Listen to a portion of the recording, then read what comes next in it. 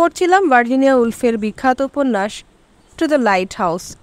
উপন্যাসটির আজ ৬ষ্ঠ পর্ব। হাতের ছুরিটা কয়েক মুহূর্তের জন্য নিচে নামিয়ে মিস্টার ব্যাংকস বললেন, সাংঘাতিক খেতে হয়েছে মাংসটা। ব্যাংকস খুব মনোযোগ দিয়ে খেয়েছেন। অসাধারণ স্বাদের হয়েছে মাংসটা, বেশ মোলায়েম, ভালোভাবে রান্না করা।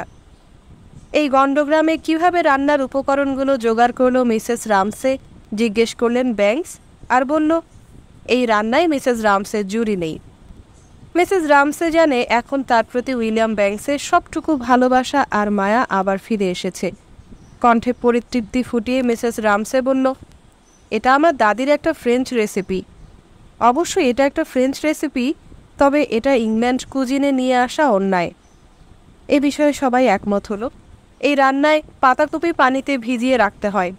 মাংসকে ততক্ষণ ভাজতে যতক্ষণ না তা পেলব চামড়ার মতো হয়ে যায়। এখানে শাকসবজির খোসা ব্যবহার করা হয়, যে কারণে সবজির সকল গুণাগুণ এখানে উপস্থিত আছে, বললেন মিস্টার ব্যাংকস। আর সবজির ফেলে দেওয়া অংশ কাজে লাগে। যা যা একজন ইংলিশ রাঁধুনি ফেলে দেয় তা দিয়ে একটা ফ্রেঞ্চ পরিবারের চলে যায়, বলল মিসেস রামসে।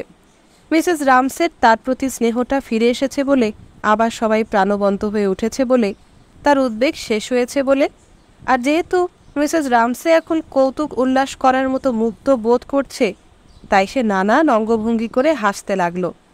লিলি ভাবল, কতটা ছেলে মানুষ আর অবাস্তববাদী এই মহিলা নিজের সমস্ত সৌন্দর্য নিয়ে আবার কেমন প্রাণবন্ত হয়ে উঠছে আর সবজির খোসা নিয়ে কথা বলছে।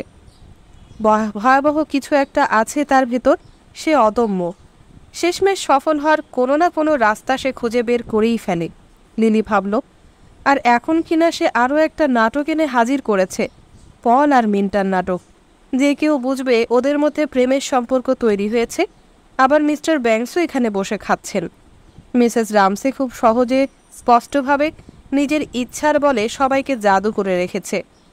তার শক্তির এই প্রাচুর্যতার সাথে লিলি নিজের শক্তির দারিদ্রতাও তুলনা করল, আর ভাবল, মিসেস রামসের অদ্ভুত আর ভয়াবহ শক্তির কিছু অংশ তার পাশে বসা পলকে শিহরিত, বিমূর্ত, নিমগ্ন আর নিশ্চুপ করে দিয়েছে। মিসেস রামসের সবজির খোসা নিয়ে কথা বলার সময়ও তার সেই শক্তি মহিমান্বিত হলো, শ্রদ্ধা পেল। সে আবার হাত ধরে সবাইকে উষ্ণতা দিল শক্তিটা রক্ষা করতেই। আর তাই সে যে বিষয়েই কথা বলল সবাই হাসল, সবাইকে তার শক্তির শিকারে পরিণত করল। সেই শক্তিটা লিলিকেও এমন ঘিরে ধরল, যাকে বলে আবেগ, কম্পন আর ভালোবাসা। আহা, পলের পাশে কতটা অদৃশ্য দেখাচ্ছে তাকে। পল যেন দীপ্তি ছড়াচ্ছে, জ্বলছে, আর সে কিনা বসে আছে ব্যঙ্গাত্মক নির্লিপ্ততায়। পল দুঃসাহসিক কাজে নিজেকে উজাড় করে দিয়েছে, আর সে সৈকতের নোঙরের সাথে তীরে বন্দী হয়ে আছে। পল দ্রুত বেগে অসচেতনভাবে ধাবিত হচ্ছে, আর সে নিঃসঙ্গতায় পতিত হয়ে যাচ্ছে। লিলি যেন তৈরি হয়ে আছে একটা ধ্বংসলীলায় অংশ নিতে, পলের ধ্বংসলীলায়। লিলি লাজুকভাবে বলল, মিনটা কখনো ব্রোচটা হারালো? পল স্মৃতি আর স্বপ্ন বিজড়িত হয়ে বেশ সূক্ষ্মভাবে হেসে মাথা ঝাঁকালো, বলল, সৈকতে। পল বলল, আমি সেটা খুঁজতে যাব, কাল ভোরে উঠব। তারপর কণ্ঠস্বর নিচু করে মিনটা যেদিকে মিস্টার রামসের পাশ বসে হাসছে সেদিকে তাকিয়ে লিলিকে বলল, ব্যাপারটা মিনটাকে জানানো যাবে না। খুব ভোরে উঠে সৈকতে কোনো এক পাথরের নিচ থেকে ব্রোচটা ছোঁ মেরে আনার আকাঙ্ক্ষায় আর সাথে এক নাবিক আর তার অভিযানে নিজেকে যুক্ত করার ইচ্ছায় লিলি ভয়াবহভাবে পলের কথার প্রতিবাদ করতে চাইল। বলে ফেলল তাকে সে সাহায্য করতে চায়। কিন্তু তার এই প্রস্তাবে পল কী উত্তর দিল?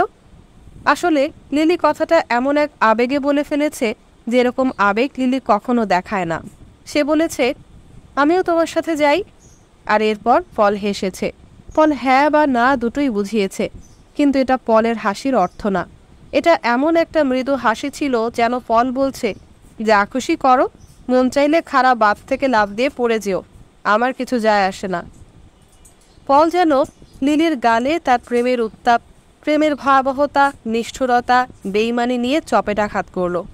এই আচরণ লিলিকে দগ্ধ করল, আর সে মিস্টার রামসের পাশে আকর্ষণীয় রূপে বসে থাকা মিন্টার দিকে তাকালো। পলের প্রেমের এই বিষ দাঁতের দিকে মিন্টার এগিয়ে যাওয়া দেখে শিউরে উঠল। আর নিজেকে ভাগ্যবতী মনে করল। টেবিল ক্লথের নকশার উপর রাখা লবণদানির দিকে তাকিয়ে লিলি নিজেকে বলল, ঈশ্বর সহায়, তার বিয়ে করার দরকার নেই। এরকম অবক্ষয়ের ভেতর দিয়ে যাওয়ার প্রয়োজন নেই। এই বিভ্রম থেকে সে নিরাপদ, বরং এবার সে গাছটাকে আর একটু মাঝখানে নিয়ে আসবে। এটা একটা জটিল পরিস্থিতি, বিশেষভাবে রামসে পরিবারের সাথে থাকলে এমন হয় লিলির। একই সাথে একই সময়ে দুটো ভিন্ন অনুভূতি ভীষণভাবে তাকে ঘিরে ধরে। এক হচ্ছে যা একজন নিজে ভাবে, আর দুই যা অন্যেরা ভাবে। আর তারপর এই অনুভূতি দুটো এখনকার মতো একে অন্যের সাথে মারামারি করে। লিলি মনে মনে বলল, এই যে ভালোবাসা, এটা এত উত্তেজক, এত সুন্দর যে আমি এর প্রান্তে দাঁড়িয়ে কেঁপে উঠি আর নিজেকে নিজের স্বভাবের বাইরে আসতে প্রস্তাব করি, যার ফলে একটা সৈকতে ব্রোচ খুঁজতে যেতে চাই। একই সাথে এই প্রেমই মানুষের সবচেয়ে বড় মূর্খতা, বর্বর নেশা, যা একজন চমৎকার যুবককে রত্নের মতো ব্যক্তিত্ব থেকে মাইল এন্ড রোডে কাকদণ্ড হয়ে দাঁড়িয়ে থাকা কৌতুকে পরিণত করে। পল অস্বস্তিকর অহংকারী। লিলি আবার নিজেকে বলল, সৃষ্টির শুরু থেকে প্রেমকে নিয়ে গান গাওয়া হয়েছে, গোলাপের স্তবক বা মালা দেওয়া হয়েছে প্রেমের পায়ে। আর কেউ যদি 10 জন পুরুষকে প্রশ্ন করে, তবে তাদের 9 জনই বলবে তারা জীবনে প্রেম ছাড়া কিছুই চায় না।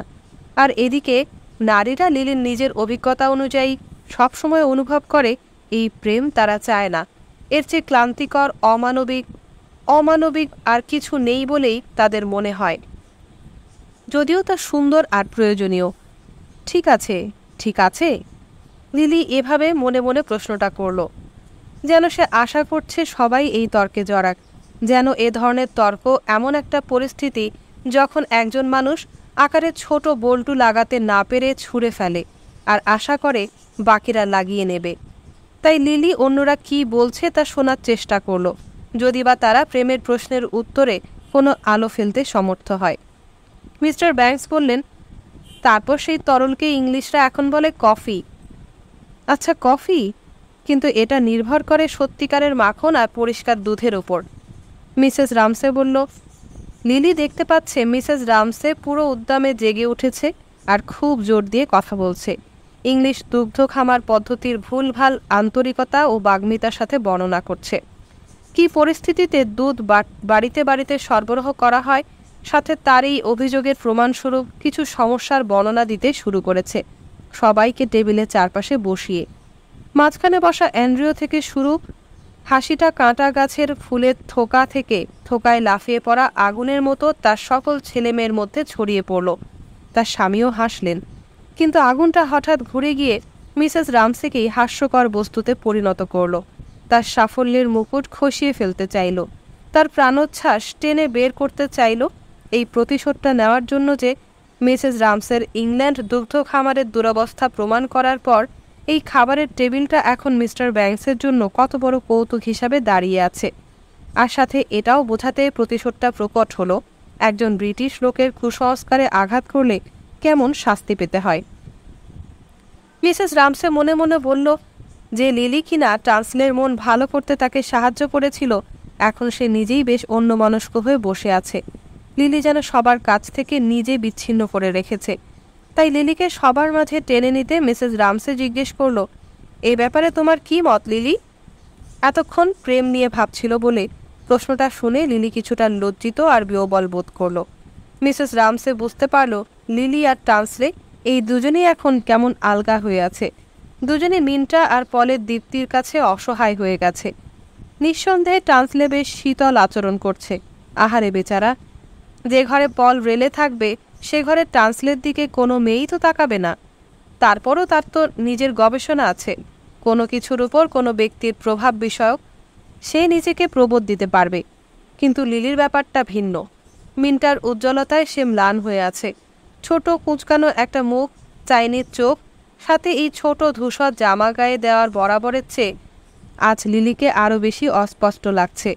তার সব কিছুই বেশ ছোটোখাটো। মিন্টার সাথে তুলনা করার সময় লিলিকে কিছু এগিয়ে নিতে। মিস্টার রামসে তার পায়ের বুট নিয়ে কথা বলা শুরু করতেই লিলি চুপ করে গেল।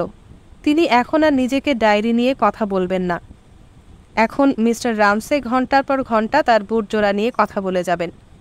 মিসেস রামসে ভাবল লিলিকে 40 বছর বয়সে কিছুটা ভালো দেখাবে। লিলির মধ্যে একেবারে নিজস্ব একটা ঝলক আছে, একটা অগ্নিশিখা আছে যা মিসেস রামসে বেশ পছন্দ করে। কিন্তু কোনো পুরুষ মানুষের যে ভালো লাগবে এ ব্যাপারে সে নিশ্চিত না। অবশ্যই না, কোনো যুবকের এই ধাত ভালো লাগার কথা না। তবে যদি উইলিয়াম ব্যাংকসের মতো কিছুটা বয়স্ক পুরুষ হয় তবে হয়তো পছন্দ করতেও পারে। কিন্তু ব্যাংকস একজনকে খুব পছন্দ করে।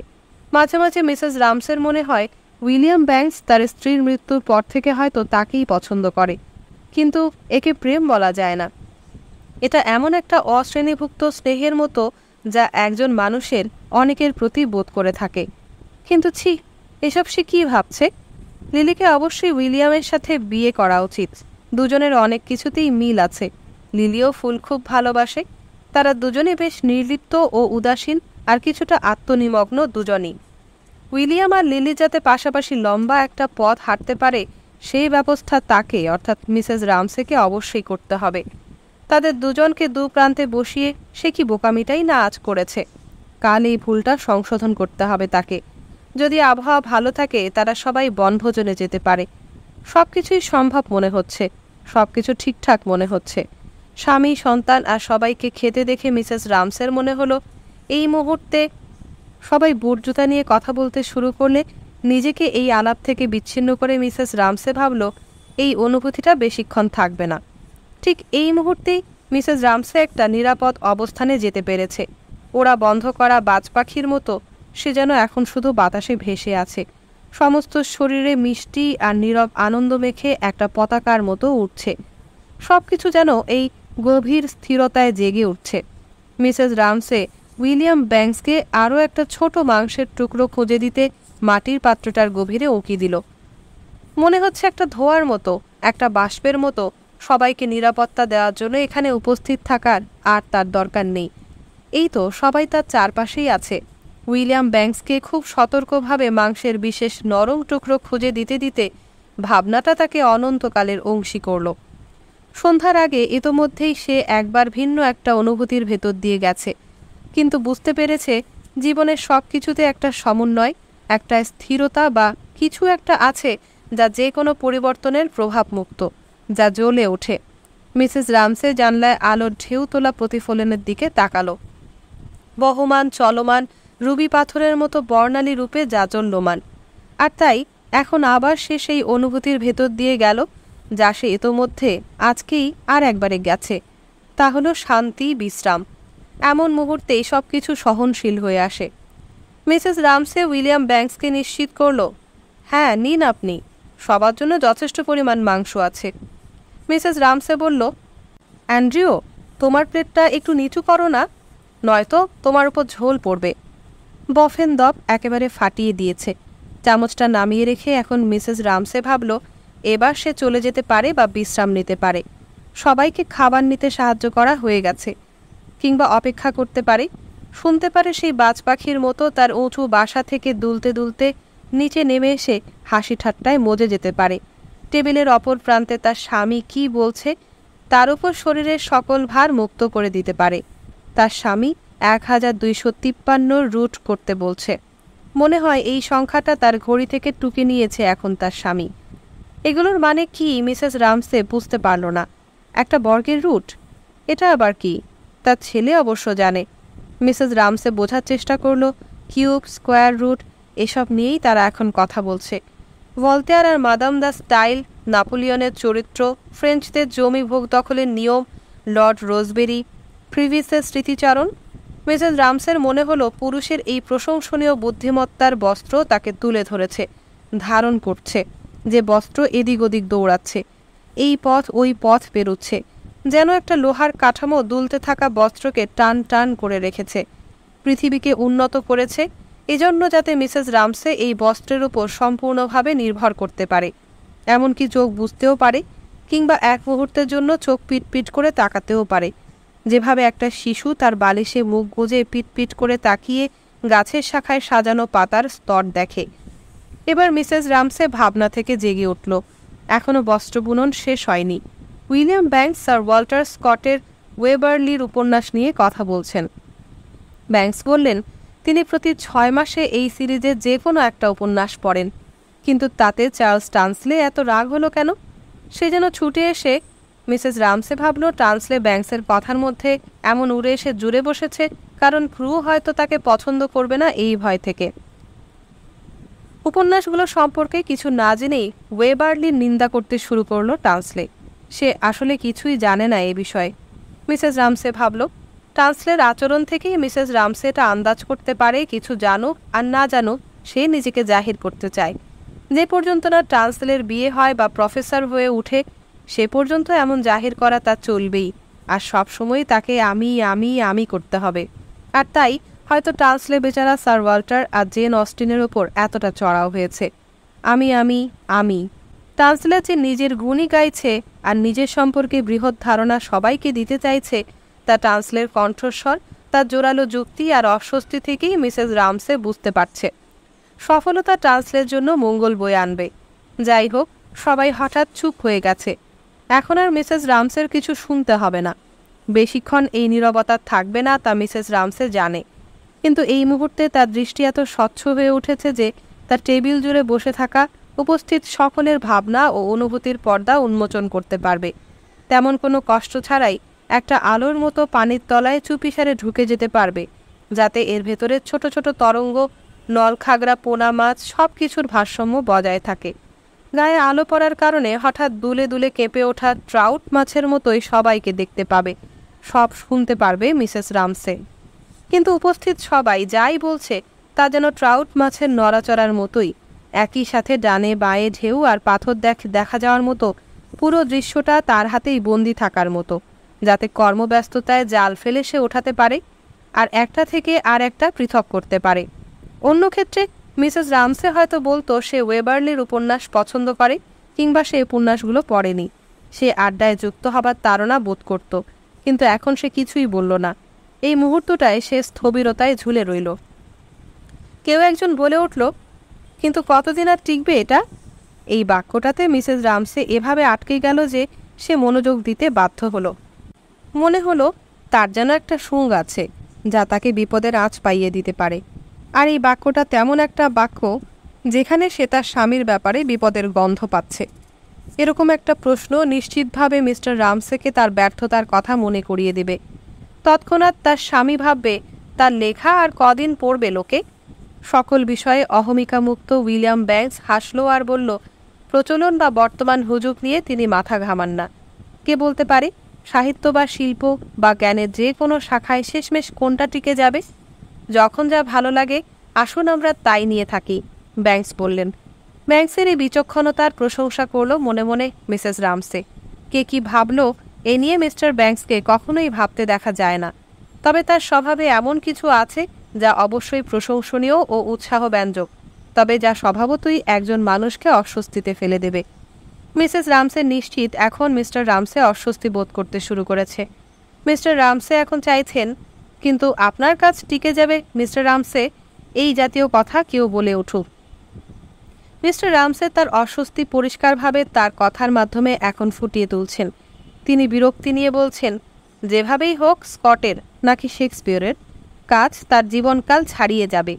মিসেস রামসের মনে হলো উপস্থিত সবাইও কিছুটা অস্বস্তি বোধ করছে, অবশ্য তারা হয়তো এর কারণ বুঝতে পারছে না। এরপর মিন্টা ডয়েল তার সহজাত বুদ্ধি দিয়ে কিছুটা বোকার মতো হাস্যকর স্বরে বলল, আমার মনে হয় না শেক্সপিয়র পড়ে কেউ মজা পায়। মিস্টার রামসে গম্ভীরভাবে বললেন, মিস্টার রামসের মন অন্য কোনো ভাবনায় জড়িয়েছে। অল্প কজন শেক্সপিয়র পছন্দ করে, এক্ষেত্রে তারা যতটা পছন্দ করার কথা মুখে বলে ততটাই মনে মনেও পছন্দ করে। তিনি আরও বললেন, তার কিছু কিছু নাটকে প্রজ্ঞা খেয়াল করা যায়। মিসেস রামসে খেয়াল করল, যাই হোক এই মুহূর্তে পরিস্থিতি কিছুটা আয়ত্তে চলে আসবে, তার স্বামী মিন্টাকে নিয়ে হাসবে। মিসেস রামসের মনে হলো নিজেকে নিয়ে অতিমাত্রায় দুশ্চিন্তা করাটা তার স্বামী নিশ্চয়ই খেয়াল করবেন আর নিজের মতো করেই এর সমাধান করবেন, তা নিজেকে প্রশংসা করে হোক বা অন্য কোনো উপায়েই হোক। মিস্টার রামসে যেন এই বিষয় নিয়ে আর ঘাটাঘাটি না করে, এই কামনাটা মিসেস রামসে এত তীব্রভাবে করল যে মনে হলো যেন স্বামীর নিজেকে বাগে আনার প্রয়োজনটা তার নিজের কারণেই তৈরি হয়েছে। যাই হোক, এখন পল রেলে ছোটবেলায় তার পড়া বই নিয়ে কী বলছে তা শোনা যেতে পারে। সে স্কুলে টলস্টয়ের কিছু উপন্যাস পড়েছে, সেই বইগুলো তো টিকে গেছে, বলল পল রেলে। তাদের মধ্যে একটার কাহিনী তার প্রায়ই মনে পড়ে, যদিও বইটার নাম তার মনে নেই। রাশিয়ার নাম মনে করা কষ্টকর। পল বলল, ও হ্যাঁ, ব্রোনস্কি। তার এই নামটা প্রায়ই মনে পড়ে, কারণ তার মনে হয় খলনায়কের নাম হিসাবে নামটা বেশ জুৎসই। মিসেস রামসে বলল, আচ্ছা ব্রোনস্কি, ও বুঝতে পেরেছি, তুমি আনা ক্যারেনিনার কথা বলছো। কিন্তু এই বিষয়ে মিন্টা আর পলের আলাপ বেশি দূর এগোলো না। বই সম্পর্কে কথা বলার জ্ঞান তাদের কম। বইয়ের ব্যাপারে ট্রান্সলে এই দুজনকেই এখন আবার স্কুলে ভর্তি করিয়ে দিতে পারবে। এসব আলাপ এখন মিশে গেল ট্রান্সলের আমি কি ঠিক বলেছি, আমি কি বোঝাতে পেরেছি এই সব প্রশ্নের সাথে। ট্রান্সলের কথার মানে দাঁড়ালো, একজন তার চেয়ে তলস্তয় সম্পর্কে বেশি জানতেই পারে, কিন্তু পল যা বলেছে তা অবশ্যই তলস্তয় সম্পর্কে না। সকল বোকালোকের মতো ট্রান্সলের মধ্যে একটা ভদ্রতা আছে। সে কি ভাবছে তা খেয়াল করা, যা একদিক দিয়ে মিসেস রামসের কাছে আকর্ষণীয় মনে হলো। এখন অবশ্য ট্রান্সলে নিজেকে নিয়ে কিংবা তলস্তয়কে নিয়ে ভাবছে না। সে রোজকে জিজ্ঞেস করছে তার ঠান্ডা লাগছে কিনা বা তার তৃষ্ণা পাচ্ছে কিনা, সে একটা নাশপাতি খাবে কিনা। রোজ বলল, না, সে নাশপাতি খেতে চায় না। সে নিজে তো খেতে চায়ই না, এমনকি সে ফলের প্লেটটা রোজ নিজেও জানে না পাহারা দিচ্ছে, যাতে অন্য কেউ স্পর্শই না করতে পারে। তার চোখ ফলের বাঁক আর ছায়ার দিকে, নিম্নভূমির আঙ্গুরের ঘন বেগুনি রঙে, আর তারপর ঝিনুকের শৃঙ্গের দিকে, বেগুনির পাশে হলুদ রঙের দিকে, গোলাকার আকৃতির পাশে বক্রাকৃতির দিকে আসা যাওয়া করছে। কেন সে এই প্লেটটা সাজিয়েছে তা না জেনেই, বা প্রতিবার কেন সে এমন কিছু বানায় তা না জেনেই সে বেশ নির্মল বোধ করে, ততক্ষণ পর্যন্ত যতক্ষণ কেউ প্লেটটার দিকে হাত না বাড়ায়। এখন একটি হাত এগিয়ে গিয়ে নাশপাতি নিল, আর পুরো প্লেটের সৌন্দর্যটাই নষ্ট হয়ে গেল। সমবেদনার চোখে মিসেস রামসে রোজের দিকে তাকালো। সে জ্যাসপার আর প্রুর মাঝে বসে আছে। সন্তানের এমন আচরণ দেখতে কতটা অদ্ভুত লাগে, কত অদ্ভুত লাগে সারিবদ্ধভাবে তার সন্তানদের এভাবে বসে থাকতে দেখতে। জ্যাসপার, রোজ, প্রু, অ্যান্ড্রিও সবাই বেশ চুপচাপ।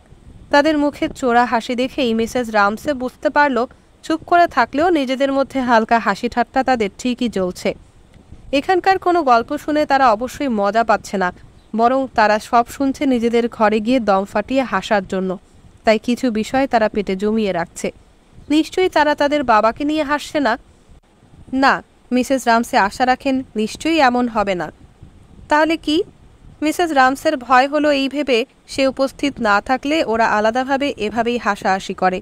বাচ্চাগুলোর স্থির মুখর সদৃশ মুখের পেছনে তারা সব লুকিয়ে রাখছে, কারণ তারা এখানকার কোনো আলোচনায় সহজেই অংশ নেয়নি।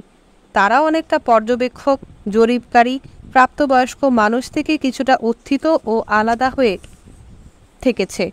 কিন্তু মিসেস রামসে যখন প্রুর দিকে তাকালো, মনে হলো প্রুর বর্তমান রূপটাই তার সব নয়।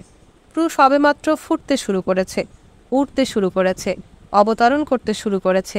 মিন্টার দীপ্তির ক্ষীণ আলোয় কিছু উত্তেজনা, কিছু সুখের প্রত্যাশা খেলা করছে প্রুর মুখে, যেন টেবিল ক্লথের কোণা থেকে নারী পুরুষের প্রেমের সূর্য উঠেছে। মিন্টার রূপ, আর তা না জেনেই প্রু তার দিকে হেলে আছে, সূর্যটাকে স্বাগত জানাচ্ছে। প্রু লজ্জা আর কৌতূহলের চোখে মিন্টার দিকে তাকাচ্ছে, আর তাই মিসেস রামসেও মিন্টা ও প্রু একজনের থেকে দৃষ্টি ফিরিয়ে আবার আরেকজনকে দেখছে। মনে মনে প্রুকে বলছে, মিন্টা ইদানিং যেমন খুশি তুমিও একদিন এমন সুখী হবে মা। তুমি এর চেয়েও সুখী হবে, কেননা তুমি আমার মেয়ে। মিসেস রামসের কথার মানে অন্যের সন্তানের চেয়ে তার নিজের সন্তানের আরও সুখী হওয়া উচিত। কিন্তু রাতের খাবার খাওয়া শেষ, সবার এখান থেকে চলে যাওয়ার সময় হয়ে গেছে। সবাই কেবল প্লেটে এটা ওটা নিয়ে ঘাটছে। মিসেস রামসে তার স্বামীর কথায় সবাই হাসছে বলে কিছুক্ষণ অপেক্ষা করছে। তার স্বামী মিন্টার সাথে বাজি নিয়ে একটা কৌতুক বলছে। এটা বলা শেষ হলেই মিসেস রামসে টেবিল ছেড়ে উঠবে। মিসেস রামসের হঠাৎ মনে হলো ট্রান্সলেকে তার ভালোই লাগে। ট্রান্সলের হাসিটা আজ তার ভালো লেগেছে। মিন্টা আর পলের ওপর রাগ করাটাও ভালো লেগেছে, এমনকি তার বেঢপ আচরণও।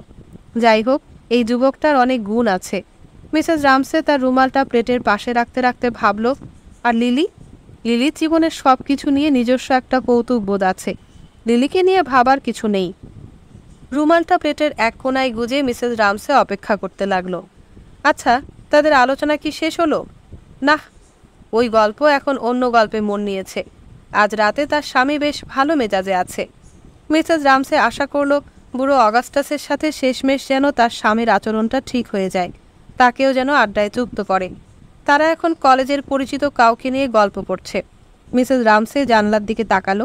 শাঁসিগুলো কালো হওয়ায় সেখানে প্রতিফলিত মোমের আলো উজ্জ্বল হয়ে জ্বলছে, আর বাইরের দিকে তাকানোর ফলে তার কানে আসা শব্দগুলো বেশ অদ্ভুত শোনাচ্ছে, যেন গির্জার অনুষ্ঠানে ভেসে আসা কণ্ঠস্বর সেগুলো, আর এজন্য মিসেস রামসে সেগুলো শুনতে পাচ্ছে না।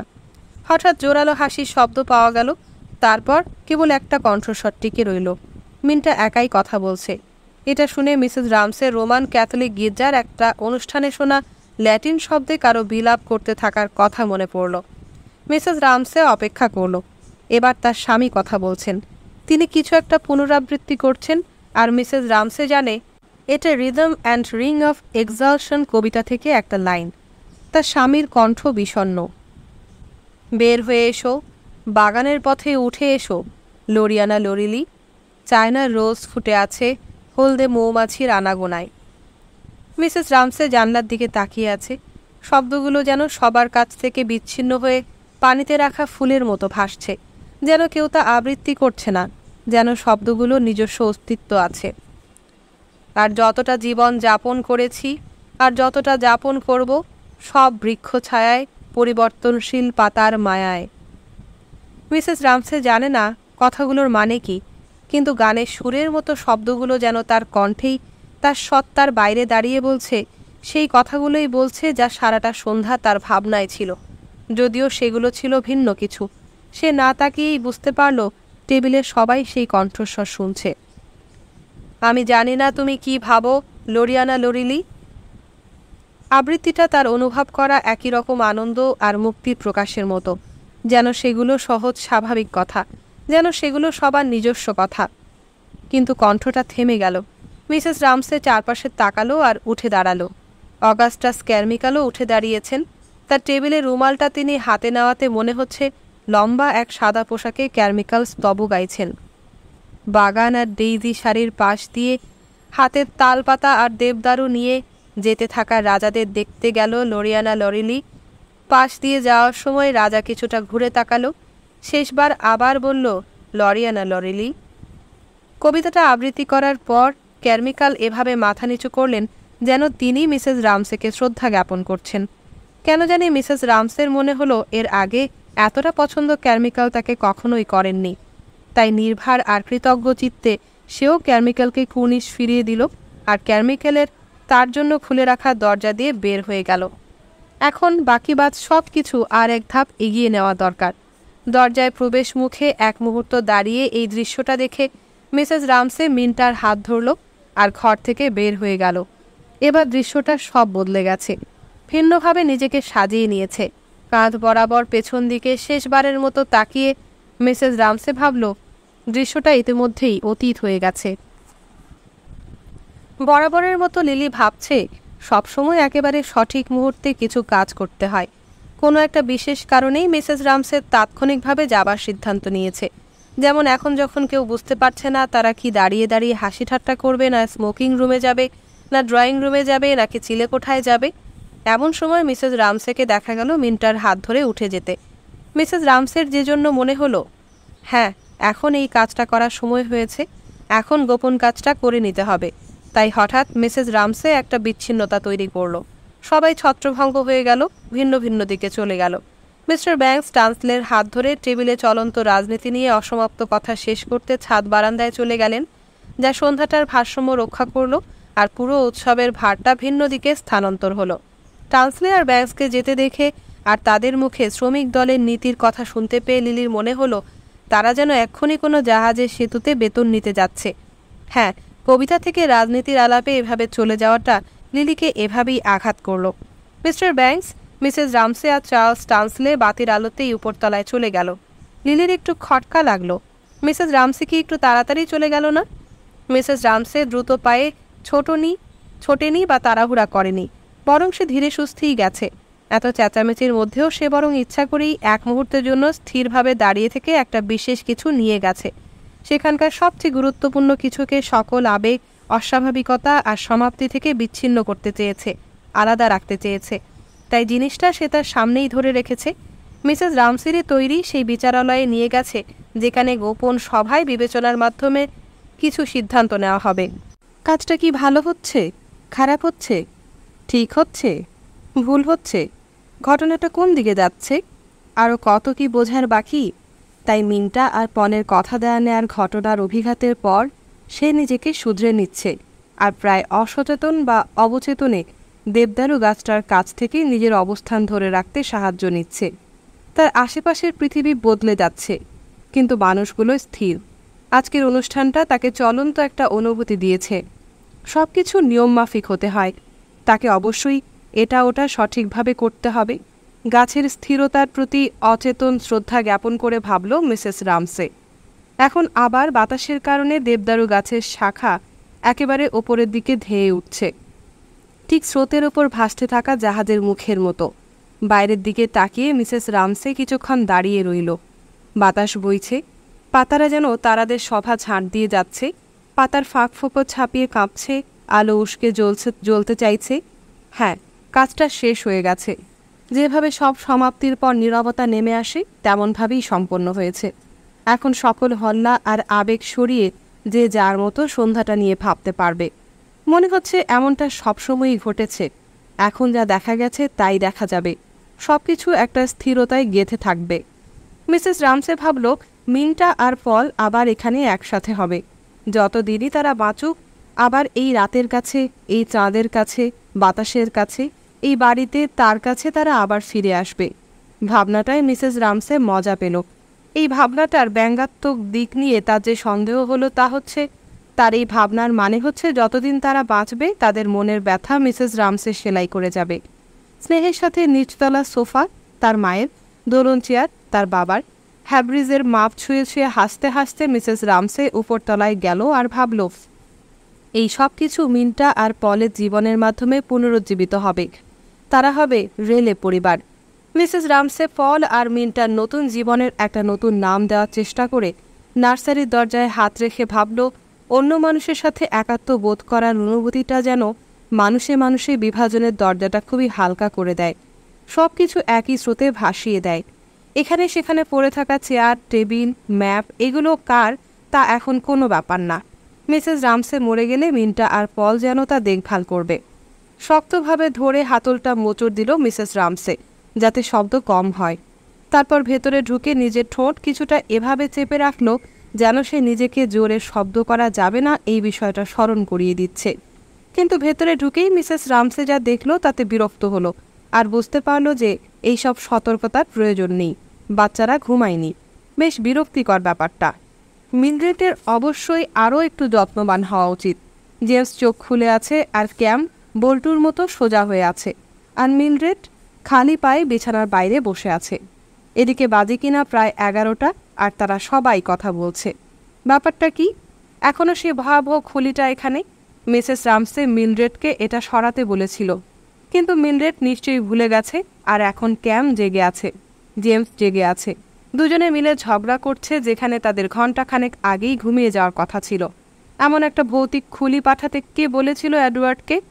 মিলড্রেড বেশ বোকামি করেছে খুলিটা দেয়ালে টানাতে গিয়ে। মিলড্রেড বলল প্রথমে ওরা দেয়ালে টাঙিয়েছে, তারপর ক্যাম বলেছে এটা থাকলে এই ঘরে সে ঘুমাতে পারবে না। আর মিলড্রেড খুলিটাতে হাত দিলেই জেমস চিৎকার করে উঠছে। ক্যাম বলল খুলিটার শিং আছে, ভয় পেলে তো ক্যামের এখনই ঘুমানো উচিত। ঘুমিয়ে ঘুমিয়ে সুন্দর সুন্দর জায়গার স্বপ্ন দেখা উচিত। ক্যামের পাশে বসে মিসেস রামসে বলল। ক্যাম বলল সে পুরো ঘরে শিং দেখতে পাচ্ছে, এটা সত্যি। যেখানে মোমবাতি রাখছে ক্যাম শিংয়ের ছায়া দেখতে পাচ্ছে, আর জেমস আলো ছাড়া ঘুমাতে পারে না। মিসেস রামসে বলল কিন্তু ক্যাম ভাবো তো একবার, এটা তো একটা বুড়ো শূকরের খুলি। ফার্মে যেমন শূকর দেখো না, তেমনই একটা সুন্দর কালো শূকরের খুলি এটা। কিন্তু ক্যাম ভাবছে এটা বেশ ভয়াবহ কিছু, পুরো ঘরে হানা দিয়েছে জিনিসটা। আচ্ছা ঠিক আছে, আমরা এটা এখন ঢেকে দিব। এই বলে মিসেস রামসের চেস্ট অফ ড্রয়ারের কাছে গিয়ে একটার পর একটা ড্রয়ার খুলল। তেমন কিছু খুঁজে না পেয়ে দ্রুত নিজের গায়ে শালটা খুলে নিয়ে খুলিটা পেঁচিয়ে দিল। অনেক গোল গোল প্যাঁচ দিয়ে মিসেস রামসে ক্যামের পাশে এসে একেবারে সোজা হয়ে ক্যামের বালিশেই শুয়ে পড়ল। বলল দেখো কি সুন্দর লাগছে জিনিসটা দেখতে। এখন পরীরা দেখলে খুবই পছন্দ করতো জিনিসটা, একেবারে পাখির বাসার মতো দেখতে হয়েছে। জিনিসটা একেবারে সেই পর্বত সারির মতো দেখতে হয়েছে যা মিসেস রামসে দেশের বাইরে গিয়ে দেখেছিল, যেখানে উপত্যকা থাকে, ফুল থাকে, ঘণ্টা বাজে, পাখিরা গান গায়, ছোট ছাগল আর হরিণ। আর মিসেস রামসে খেয়াল করলো সে যা বলছে তা ক্যামের মনে সুরের মতো প্রতিধ্বনিত হচ্ছে, আর তার বলার পর ক্যাম তা নিজেও পুনরায় বলছে। এটা দেখতে পর্বতের সারির মতো, একটা পাখির বাসার মতো, একটা বাগান, এই যে ছোট হরিণ। ক্যাম চোখ খুলছে, বুঝছে, আর মিসেস রামসে আরও একঘেয়ে সুরেলাভাবে, আরও অর্থহীনভাবে বলে চলল কিভাবে তাকে ঘুমিয়ে পড়তে হবে, পাহাড় পর্বতের স্বপ্ন দেখতে হবে, তারাদের খসে পড়া তোতা পাখি, হরিণ আর বাগানের স্বপ্ন দেখতে হবে। ধীরে ধীরে মাথা তুলে আরও যান্ত্রিকভাবে ততক্ষণ পর্যন্ত কথা বলল মিসেস রামসে, যতক্ষণ না ক্যামকে ঘুমিয়ে পড়তে দেখল। এবার জেমসের খাটের কাছে এসে মিসেস রামসে বলল, জেমসেরও এখন ঘুমিয়ে পড়া উচিত, কেননা এখনও শুকরের খুলিটা এখানে আছে, কেউ এটা স্পর্শ করেনি। জেমস যা চেয়েছে তাই করা হয়েছে, কেউ এই খুলিটার ক্ষতি করেনি। জেমস নিশ্চিত হলো শালের নিচে খুলিটা আছে কি না, কিন্তু সে আরও কিছু জানতে চায়। তারা কি আগামীকাল বাতিঘরে যাবে? না, কাল যাব না, কিন্তু শীঘ্রই যাব, বলল মিসেস রামসে। জেমসের কাছে প্রতিজ্ঞা করল কালকের পর চমৎকার একটা দিন দেখে তারা চলে যাবে সেখানে। জেমস খুব লক্ষ্মী, সে শুয়ে পড়ল। মিসেস রামসে তার শরীরে কম্বল দিয়ে ঢেকে দিল, কিন্তু জেমস কখনো ব্যাপারটা মনে করে কষ্ট পাবে বলে, জেমসের আশাটা বাড়িয়ে দিয়েছে বলে মিসেস রামসে তার স্বামী চার্লস টান্সলে আর নিজের ওপর রাগ করল। তারপর গায়ে শালটার প্রয়োজন বোধ করে মিসেস রামসের মনে পড়ল ওটা দিয়ে তো শুকুরের খুলি ঢেকে রাখা হয়েছে। মিসেস রামসে উঠে পড়ল, জানালাটা আরও 2-1 ইঞ্চি নামিয়ে দিয়ে বাতাসে কান পাতল, আর একেবারে গতানুগতিক ঠান্ডা একটা রাতের বাতাসে নাক টেনে শ্বাস নিল। তারপর মিলড্রেডকে ফিসফিসিয়ে শুভ রাত জানিয়ে ঘর থেকে বের হলো, আর দরজার লকটা আস্তে করে টেনে লাগিয়ে দিয়ে চলে গেল। এখনও চার্লস টান্সলে কতটা বিরক্তিকর এই কথাটা ভেবে মিসেস রামসে আশা করল টান্সলে যাতে ছেলে মেয়েদের মাথার ওপর দিয়ে বইগুলো মাটিতে না ফেলে দেয়। তার জন্য কেউ নাকি ঠিকমতো ঘুমোতে পারে না। ছেলেমেয়েরা রেগে আছে, বাতিঘরে যাওয়া হবে না, এই কথাটা বলার পর থেকে মিসেস রামসের কেবল মনে হয় ছেলেমেয়েরা ঘুমাতে গেলেই টান্সলে না জানি কোন উই দিয়ে ধাক্কা দিয়ে বইগুলো উল্টে ফেলে দেয়। এখন মনে হয় টান্সলে উপরতলায় নিজের কাজ করতে গেছে। যদিও টান্সলেকে বেশ বিচ্ছিন্ন দেখায়, যদিও সে চলে গেলে মিসেস রামসে স্বস্তি পাবে, যদিও কাল যাতে কেউ তার সাথে খারাপ ব্যবহার না করে সেদিকে মিসেস রামসের নজর দেবে, যদিও তার স্বামী এখনও টান্সলেকে বেশ পছন্দ করেন, তবু এখনও টান্সলের নিজেকে আরও কিছুটা ভদ্রস্থ করতে হবে। যদিও মিসেস রামসে টান্সলের হাসিটা পছন্দ করেন। ভাবতে ভাবতে মিসেস রামসে নিচতলায় নেমে এলো। খেয়াল করলো সিঁড়ির জানলা দিয়ে চাঁদ দেখা যাচ্ছে, হেমন্তের হলুদ চাঁদ। পেছনে ফিরতেই সিঁড়ির মাথায় দাঁড়ানো মিন্টা, প্রু, লিলি আর ফল মিসেস রামসেকে দেখতে পেল। ওটা আমার মা, ভাবল প্রু। হ্যাঁ, মিন্টার তাকানো উচিত, পল রেলের তাকানো উচিত। তার মা একটা বিশেষ বস্তু। প্রুর মনে হলো এই পৃথিবীতে তার মায়ের মতো একজনও নেই। কিছুক্ষণ আগে অন্যদের সাথে কথা বলতে বলতে কিছুটা বড় হয়ে ওঠা প্রু এখন আবার বাচ্চা হয়ে গেছে। তারা একটা খেলা খেলছিল, কিন্তু মাকে দেখে তার মনে পড়ল তার এই খেলাটা খেলার অনুমতি দিবে কিনা রাগ করবে। প্রু ভাবল মিন্টা, পল আর লিলির জন্য একটা ভালো সুযোগ দিয়ে তারা তার মাকে দেখতে পেয়েছে, আর তার নিজের ভাগ্য কত ভালো যে এমন একজন মা তার আছে, আর যে জন্য প্রু কখনো বড় হবে না বা তার মাকে ছেড়ে যাবে না। মাকে দেখে শিশুর মতোই প্রু বলল, আমরা ঢেউ দেখতে সৈকতে যেতে চাই। কোনো কারণ ছাড়া মুহূর্তেই মিসেস রামসে 20 বছরের কিশোরীদের মতো উল্লাস বোধ করল। তার ভেতর এক অদম্য উচ্ছ্বাস এসে হানা দিল। হ্যাঁ, তাদের যাওয়া উচিত, তারা অবশ্যই যাবে। মিসেস রামসে হাসতে হাসতে বলল। 2-3টা সিঁড়ির ধাপ দ্রুত পার করে মিসেস রামসে একে একে সবার কাছে গিয়ে হেসে হেসে মিন্টাকে আগলে ধরে বলল, সে যদি যেতে পারত তাহলে বেশ ভালো লাগতো। তাদের কি খুব দেরি হবে ফিরতে? তাদের সাথে ঘড়ি আছে? মিন্টা বলল, হ্যাঁ, ফলের আছে। ফল তার ছোট্ট ওয়াশ লেদারের ব্যাগ থেকে একটা সোনার ঘড়ি বের করে দেখালো। হাতের তালুতে ঘড়িটা ধরে দেখানোর সময় ফলের মনে হলো মিসেস রামসে সবই বুঝে গেছে, তার কিছু বলার দরকার নেই। ঘড়িটা দেখিয়ে পল যেন মিসেস রামসেকে বলল, আমি কাজটা করতে পেরেছি মিসেস রামসে, আমি আপনার কাছে চিরঋণী। আর এদিকে পলের হাতে সোনার ঘড়ি দেখে মিসেস রামসে ভাবল মিন্টা কতটা ভাগ্যবতী যে সে এমন একজনকে বিয়ে করছে যার ওয়াশ লেদার ব্যাগের মধ্যে একটা চমৎকার সোনার ঘড়ি আছে। মিসেস রামসে কোঁকিয়ে উঠল, ইস, আমিও যদি যেতে পারতাম। কিন্তু কি যেন তাকে তাদের সাথে যেতে এত তীব্রভাবে বারণ করল যে মিসেস রামসে বিষয়টা কি তার নিজের কাছেও জানতে চাইতে সাহস করল না। এখন তার পক্ষে সবার সাথে সৈকতে যাওয়া আসলেই সম্ভব না, কিন্তু তার যেতে ইচ্ছে করছে।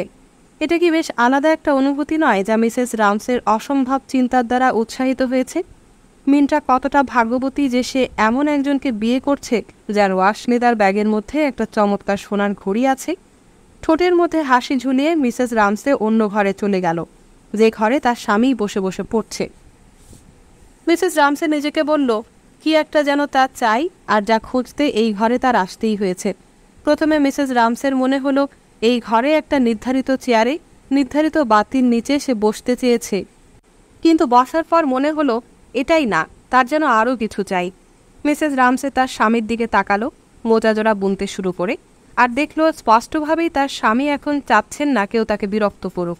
মিস্টার রামসে এখন এমন একটা কিছু পড়ছেন যা তাকে বেশ আলোড়িত করছে। মুখ টিপে হাসছেন তার স্বামী। মিসেস রামসে বুঝতে পারছে তিনি তার আবেগ নিয়ন্ত্রণ করছে। তিনি পৃষ্ঠার উপর টোকা এভাবে দিচ্ছেন যেন বইয়ে পড়া কিছুতে অভিনয় করছেন, কিংবা হয়তো বইয়ের চরিত্রের মধ্যে নিজেকে খুঁজে নিচ্ছেন। মিসেস রামসের মনে প্রশ্ন জাগল, কি বই এটা? বাতির আলোটা নিজের দিকে সরালো মিসেস রামসে, যাতে তার হাতের মোজায় আলোটা পড়ে।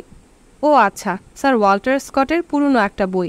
চার্লস টান্সলে যে খাওয়ার সময় বলেছিল স্যার ওয়াল্টার স্কট এখন আর কেউ পড়ে না, এই কথাটা শুনেই বুঝি তার স্বামীর মনে হয়েছে এই কথাটাই লোকে আমার সম্পর্কে বলে, আর তাই তিনি এখন স্কটের একটা বই হাতে নিয়েছেন। বইটা পড়ার পর যদি মনে হয় টান্সলের কথাটা সত্যি, তবে তিনি স্কট বিষয়ে এই কথাটা মেনে নেবেন, কিন্তু নিজের ক্ষেত্রে তিনি এরকম কোনো যাচাই বাছাইয়ে যাবেন না, মেনেও নিবেন না। নিজের ব্যাপারে তার স্বামীর বেশ অস্বস্তি কাজ করে, আর এই বিষয়টা মিসেস রামসেকে কষ্ট দেয়। মিস্টার রামসে সবসময় তার বই নিয়ে দ্বিধাদ্বন্দ্বে ভোগেন, আর নিজেকে প্রশ্ন করেন, আমার লেখাগুলো কি লোকে পড়ে? বইগুলো কি ভালো? কেন আরও ভালো হতে পারল না? লোকে আমাকে নিয়ে কী ভাবে? কিন্তু তার মতো একজন লোকের এতটা আত্মসন্দেহ থাকা উচিত না। মিসেস রামসে ভয় পেল আজ রাতে খাওয়ার সময় যখন সবাই খ্যাতি আর বই নিয়ে আলোচনা শুরু করল, তখন মিস্টার রামসে যে বিরক্ত বোধ করেছিলেন, এই বিষয়টা কি সবাই বুঝতে পেরেছে? বাচ্চারা কি বাবার এই বিষয়টা বুঝতে পেরে হাসাহাসি করেছে? মিসেস রামসে মোজাটা থেকে স্টিলের লম্বা সুইটা টান দিয়ে বের করল। চমৎকার সেলাই করতে থাকা সুইটা তার ঠোঁট আর কপালের পাশ ঘেঁষে বের হয়ে এলো। এবার মিসেস রামসে স্টিলের সুইটা একটা গাছের মতো এভাবে সোজা করে রাখল, যেন এতক্ষণ তা নড়াচড়া করেছে, কেঁপেছে, কিন্তু এখন বাতাস থেমে যাওয়ায় পাতায় পাতায় স্থিরতা নেমে এসেছে। মিসেস রামসে ভাবল, মহৎ ব্যক্তি, মহান বই, খ্যাতি, এইসব কিছুই না। কে জানে, মিসেস রামসে এসব বোঝে না, কিন্তু মিস্টার রামসের সত্যবাদিতাই তার নিজস্ব পরিচিতি।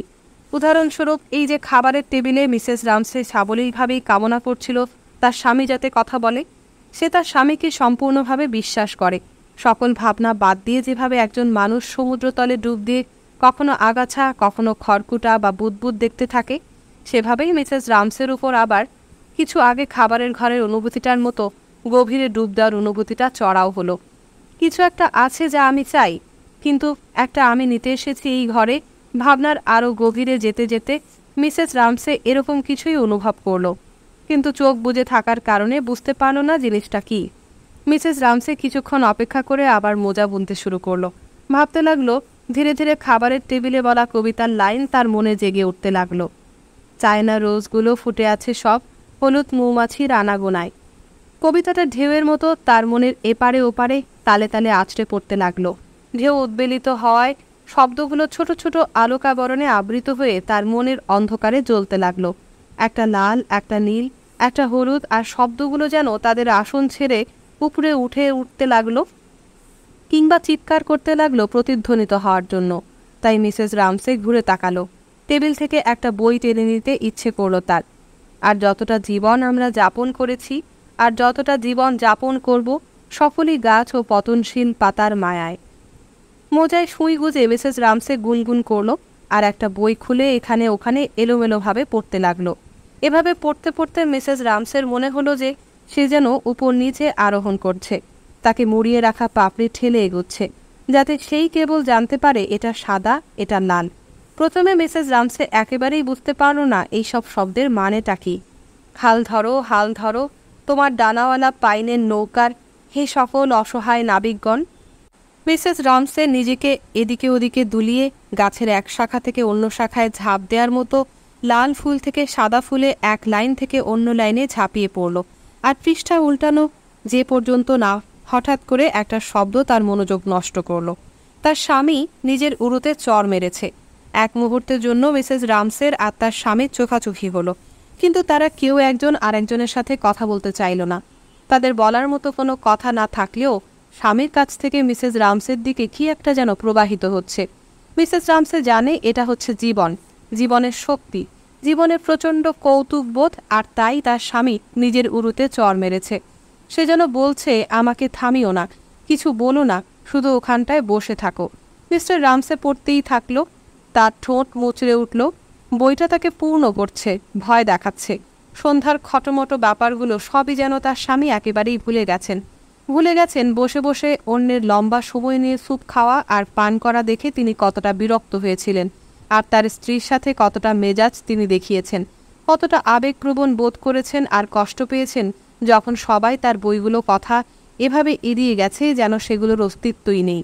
কিন্তু এখন মিস্টার রামসের মনে হচ্ছে, কে জেট পর্যন্ত গেল, কে না গেল তাতে কিছু আসে যায় না। সে না পারলেও কেউ না কেউ তো পারবেই, যদি চিন্তা একটা বর্ণের মতো এ থেকে জেট পার করে। মুকলে বাকেটসের এই দরিদ্র বৃদ্ধ জেলের শক্তি, শুদ্ধতা, সহজ জিনিসের উপর তার অনুভূতি মিস্টার রামসেকে এত বিশাল এক মুক্ত অনুভূতি দিল যে তিনি নিজেকে প্রজ্বলিত বিজয়ী বলে মনে করলেন, আর তিনি নিজের অশ্রুও গিলে ফেলতে পারলেন না। বইটা আরেকটু উপরে উঠিয়ে নিজের মুখ ঢেকে নিলেন, গাল গড়িয়ে অশ্রুকণাটা পড়তে দিলেন, আর মাথা এদিক ওদিক নাড়ালেন। নিজেকে সম্পূর্ণ ভুলে গেলেন। হয়তো নৈতিকতা নিয়ে ফ্রেঞ্চ উপন্যাস আর ইংরেজি উপন্যাসের ফারাকের কারণে কিছু ক্ষেত্রে স্কটের হাত বাঁধা থাকলেও অন্যান্য দৃষ্টিকোণ একেবারেই সঠিক ছিল। স্টিনের ডুবে যাওয়ার মধ্যে আর মুকলে বাকিটের দুঃখের মধ্যে নিজের সমস্যা আর ব্যর্থতা ভুলে যাওয়াটা মিস্টার রামসেকে যেভাবে আলোড়িত করেছে, তেমনি দিয়েছে এক চরম আনন্দ আর উদ্দাম। এই জায়গায় স্কট সেরা। পরিচ্ছদটা শেষ করে মিস্টার রামসে ভাবলেন, ঠিক আছে, এরা নিজেকে উন্নত করুক। তার মনে হলো কারো সাথে যেন তর্ক করছেন, এবং তিনি জিতে গেছেন। এইসব মানুষ মুখে যাই বলুক না কেন, চাইলেই তারা তাদের জ্ঞানের উৎকর্ষ ঘটাতে পারবে না। মিস্টার রামসে নিজেকে নিরাপদ ভাবলেন। উপন্যাসের পঠিত অংশ মনে করে মিস্টার রামসে ভাবলেন, প্রেমিক যুগল বেশ বোকা। একটা চরিত্রের পাশে আর একটা চরিত্র রেখে তিনি উপসংহার টানতে লাগলেন, এ বোকা, সে যোগ্য। কিন্তু তার আবার পড়তে হবে না হয় পুরো বিষয়টা সঠিকভাবে তার মনে থাকবে না। এই বইয়ের ব্যাপারে তার নিজস্ব বিচার তিনি ধীরে সুস্থেই করবেন। তাই তিনি অন্য একটি ভাবনায় চলে গেলেন। যদি তরুণরা স্কটের লেখাকে পাত্তা না দেয়, স্বাভাবিকভাবে তার লেখাকেও তারা আর পাত্তা দেয় না। একজন মানুষের এরকম অভিযোগ করা উচিত না, ভাবলেন মিস্টার রামসে। স্ত্রীর কাছে তরুণরা তার কাজ আর পছন্দ করছে না, কথাটা বলার ইচ্ছা দমন করলেন। মিস্টার রামসে সিদ্ধান্ত নিয়েই রেখেছে তার স্ত্রীকে এসব নিয়ে আর জ্বালাবেন না। তিনি তার স্ত্রীকে শান্তিতে বই পড়তে দেখলেন। মিস্টার রামসের দেখে ভালো লাগলো যে সবাই যার যার কাজে চলে গেছে। তিনি আর তার স্ত্রী এখন একা। ব্ল্যাক আর স্কট, ইংরেজ আর ফ্রেঞ্চ উপন্যাসের চিন্তায় পুনরায় ফিরে যেতে যেতে তিনি আবার ভাবলেন, কিন্তু মানুষের পুরো জীবন কেবল একজন নারীর সাথে বিছানা যাওয়ার মধ্যেই সীমাবদ্ধ থাকে না। মিসেস রামসে রাতের ঘুম থেকে জাগা মানুষের মতো এভাবে মাথা তুললেন যেন তিনি বলছেন, তার স্বামী যদি চায় তো সে জেগে থাকবে, না হয় সে আরও কিছুক্ষণ ঘুমিয়ে থাকবে। আরও কিছুক্ষণ? মিসেস রামসে সেই গাছের শাখাগুলো বেয়ে এদিক সেদিক যাচ্ছে, এক ফুল থেকে অন্য ফুল স্পর্শ করছে। গোলাপের গাঢ় লাল রঙের স্তব নয় তা। মিসেস রামসে পড়তে পড়তে সে যেন একেবারে উঁচুতে কোনো চূড়ায় আরোহণ করতে লাগলো। কি আনন্দ, কি শান্তি! সারাদিনের সকল উচ্ছিষ্ট এই যেন চুম্বক টেনে নিল। তার মন পরিষ্কার পরিচ্ছন্ন হয়ে উঠল, আর তারপর সে যেন হঠাৎ সম্পূর্ণভাবে চমৎকার, বাস্তবিক, শুদ্ধ ও অখণ্ড এই জিনিসটা হাতে নিল, এই সনেটটা। কিন্তু তার স্বামী যে তাকে দেখছেন, এই ব্যাপারটা মিসেস রামসে বুঝতে পারছে। তার স্বামী তার দিকে তাকিয়ে হাসছেন। মিসেস রামসের মনে হচ্ছে তার স্বামী যেন একাধারে তার তীব্র দিনের আলোয় ঘুমিয়ে থাকা দেখে মজা পাচ্ছেন, আর একদিকে একই সাথে তিনি মনে মনে বলছেন, তোমাকে এখন আর দুঃখী দেখাচ্ছে না, পড়তে থাকো। মিস্টার রামসে আসলেই তার স্ত্রীর উদ্দেশ্যে মনে মনে বললেন, এখন আর দুঃখী দেখাচ্ছে না তোমাকে। কিন্তু তার মনে হলো তার স্ত্রী নিজের সরলতা আর অজ্ঞানতায় মুখোশ এঁটে কি এমন পড়ছে।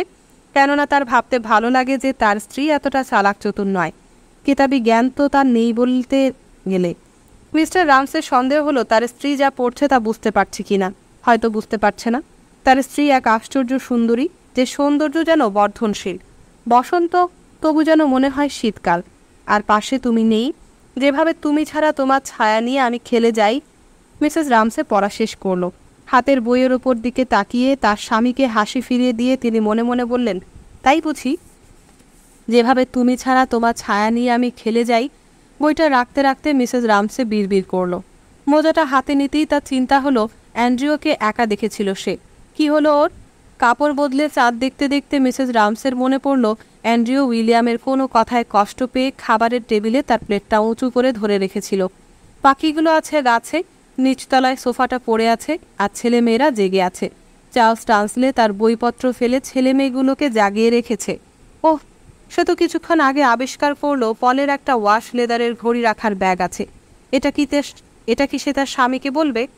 ওদের দুজনের মধ্যে কথা দেয়া নেওয়া হয়ে গেছে। ওই যে পল আর মিন্টা মোজা বুনতে শুরু করে বলল মিসেস রামসে। মিস্টার রামসে বললেন, আমি এরকম কিছুই আন্দাজ করেছি। এ ব্যাপারে তেমন কিছুই বলার নেই দুজনের। মিসেস রামসের মন এখনও কবিতার সাথে ওঠানামা করছে। স্টিনির অন্ত্যেষ্টিক্রিয়ার ঘটনা পড়ে এখনও মিস্টার রামসে বেশ অবিচল ও উদ্দামী বোধ করছেন। তাই দুজনে চুপচাপ বসে রইল। তারপর মিসেস রামসের মনে হলো তার স্বামী চাইছে সে যেন কিছু বলে, যে কোনো কিছু, যা খুশি একটা বললেই হবে। মিসেস রামসে ভাবল, ঘড়ির জন্য ওয়াশ লেদারের ব্যাগ আছে এমন একটা তরুণকে বিয়ে করা কতটা সৌভাগ্যের। দুজনের মধ্যে একটু হাস্যরস আনতে মিসেস রামসে কথাটা বলল। মিস্টার রামসে নাক সিটকালো। যে কোনো সম্পর্ক পাকাপাকি হলে যা মনে হয়, এক্ষেত্রেও মিস্টার রামসের তাই মনে হচ্ছে যে মেয়েটা ছেলেটার চেয়ে ঢের ভালো। ধীরে ধীরে মিস্টার রামসের মাথায় এই চিন্তাটা এলো, তাহলে কেন একজন মানুষ অন্যের বিয়ে হোক এমন চায়? এই চাওয়ার অর্থটাই বা কী, মানেটা কি? এখন যাই বলবে সত্য কথাই বলবে। মিসেস রামসে তার স্বামীর কণ্ঠটা কেবল শুনতে চেয়ে ভাবল, কিছু একটা বলো। তাদের জড়িয়ে নেওয়া ছায়াটা কেবল উঁকি দিয়েছে, তা আবার যেন তাদের জড়িয়েই সমাপ্ত হয়। তার জন্য মিসেস রামসে তার স্বামীর দিকে চেয়ে যেন মিনতি করল, ভিক্ষা চাইল, সাহায্য চাইল, কিছু একটা বলো। স্কট আর বালজ্যাগের কথা ভাবতে ভাবতে আর কম্পাসটা এদিক ওদিক নাড়াতে নাড়াতে মিস্টার রামসে চুপ হয়ে আছেন। কিন্তু তাদের ঘনিষ্ঠতার প্রাচীরের মধ্য দিয়ে তারা যেভাবে একে অপরকে কাছে টানছে, অনিচ্ছাকৃতভাবে খুব কাছাকাছি চলে আসছে, তাতে মিসেস রামসের মনে হচ্ছে তার স্বামীর উত্থিত একটা হাত তার মনে ছায়া ফেলছে। যদিও মিস্টার রামসে কিছু বলেননি, কেবল কপালে হাত দিয়ে একগোছা চুল মাকা করে আবার ছেড়ে দিয়েছেন, কিন্তু তা মিসেস রামসের ভাবনা এমন দিকে মোড় নিয়েছে যা মিস্টার রামসে পছন্দ করে না। এটাকে তুচ্ছ-তাচ্ছিল্য করতে মিস্টার রামসে বলেন, হতাশাবাদ। তুমি তো আজ রাতেই মোজা জোড়া বোনা শেষ করবে না, তাই না? মোজার দিকে আঙ্গুল দিয়ে নির্দেশ করে মিস্টার রামসে জিজ্ঞেস করলো। তার স্বামীর কণ্ঠের রুক্ষতা তাকে আবার নিশ্চিত করলো এই জিনিসটাই সে চাইছিল এতক্ষণ। যদি তার স্বামী বলে হতাশাবাদ ভালো না, তাহলে এটাই ঠিক, বিয়ে সব ঠিকঠাক করে দেয়। তার হাঁটুর উপর মোজাটা সোজা করে শুয়ে এসে বলল, না, আজ শেষ করব না। এরপরও তার স্বামী তার দিকে তাকিয়ে আছেন, আর তার দৃষ্টিও বদলে গেছে বলে মিসেস রামসে ভাবল, আর কি চাই? তার স্বামী কিছু একটা চাইছেন, এমন একটা কিছু চাইছেন যা দেওয়া তার জন্য বরাবর কঠিন হয়ে দাঁড়ায়। তিনি চাইছেন তাকে যেন মিসেস রামসে ভালোবাসি কথাটা বলে। না, সে এটা বলতে পারবে না। তার স্বামী সহজেই অনেক কিছু বলে ফেলতে পারেন, এমন কিছু বলতে পারে যা মিসেস রামসে বলতেই পারে না। তাই স্বাভাবিকভাবেই মিস্টার রামসে এরকম কিছু বলে ফেলে। তারপর হঠাৎ খেয়াল করেন মিসেস রামসে এমন কিছু বলছে না, তখন তিনি মিসেস রামসেকেও এমন কিছু বলতে অনুরোধ করেন। মিস্টার রামসে এরপর তার স্ত্রীকে হৃদয়হীন মহিলা বলে ডাকেন। মিসেস রামসে কখনো মিস্টার রামসেকে ভালোবাসি বলেননি, কিন্তু ব্যাপারটা এমন না। ব্যাপারটা এমন যে মিসেস রামসে যা অনুভব করে তা মুখে বলতে পারে না। অন্য কোনোভাবে কি কিছু করা যায় না? কিছুই কি সে তার স্বামীর জন্য করতে পারে না? লালচে বাদামি মোজাটা হাতে নিয়ে মিসেস রামসে জানলায় গিয়ে দাঁড়ালো। কিছুটা স্বামীর দিক থেকে পাশ ফিরে দাঁড়ালো, কেননা সে জানে রাতের সমুদ্র কতটা সুন্দর। কিন্তু মিসেস রামসে জানে সে কিছুটা পাশ ফিরে থাকার পর তার স্বামীও পাশ ফিরেছে, আর তার স্বামী তার দিকে তাকিয়ে আছে। মিসেস রামসে জানে তার স্বামী এখন মনে মনে তাকে বলছে, তোমাকে আজকে সবচেয়ে বেশি সুন্দর লাগছে। মিসেস রামসের কাছেও নিজেকে এখন বেশ সুন্দর লাগছে। তুমি কি একবারও আমাকে ভালোবাসি কথাটা বলবে না? মনে হলো মিস্টার রামসে যেন বলছেন। তিনি মিন্টার সাথে দুষ্টামি করে, বই নিয়ে ভেবে আর বাতিঘরে যাওয়া নিয়ে ঝগড়া করে পুরোপুরি জাগ্রত হয়ে আছেন, কিন্তু মিসেস রামসে তা পারল না। সে এমন কিছুই বলল না। মিস্টার রামসে তার দিকে তাকিয়ে আছেন এটা জানে বলেই মিসেস রামসে হাতে মোজাটা ধরে পেছন দিকে তাকালো। মিস্টার রামসের দিকে তাকিয়ে মিসেস রামসে হাসতে লাগলো। যদিও শব্দগুলো সে বলতে পারেনি, অবশ্যই তার স্বামী বুঝতে পারছেন। অবশ্যই তিনি বুঝতে পারছেন যে মিসেস রামসে তাকে ভালোবাসে। মিস্টার রামসে অস্বীকার করতে পারবে না। হাসতে হাসতেই মিসেস রামসে জানলার বাইরে তাকালো আর মনে মনে বলল, পৃথিবীতে এর মতো সুখ আর নেই। এবার মিসেস রামসে মিস্টার রামসের দিকে তাকিয়ে হাসি মুখে বলল, হ্যাঁ, তুমি ঠিক বলেছ, কাল বৃষ্টি হবে, আমরা যেতে পারবো না। মিসেস রামসে জিতে গেল। কৌশলে বলল না কথাটা, তবুও মিস্টার রামসে জানে তাকে মিসেস রামসে ভালোবাসে।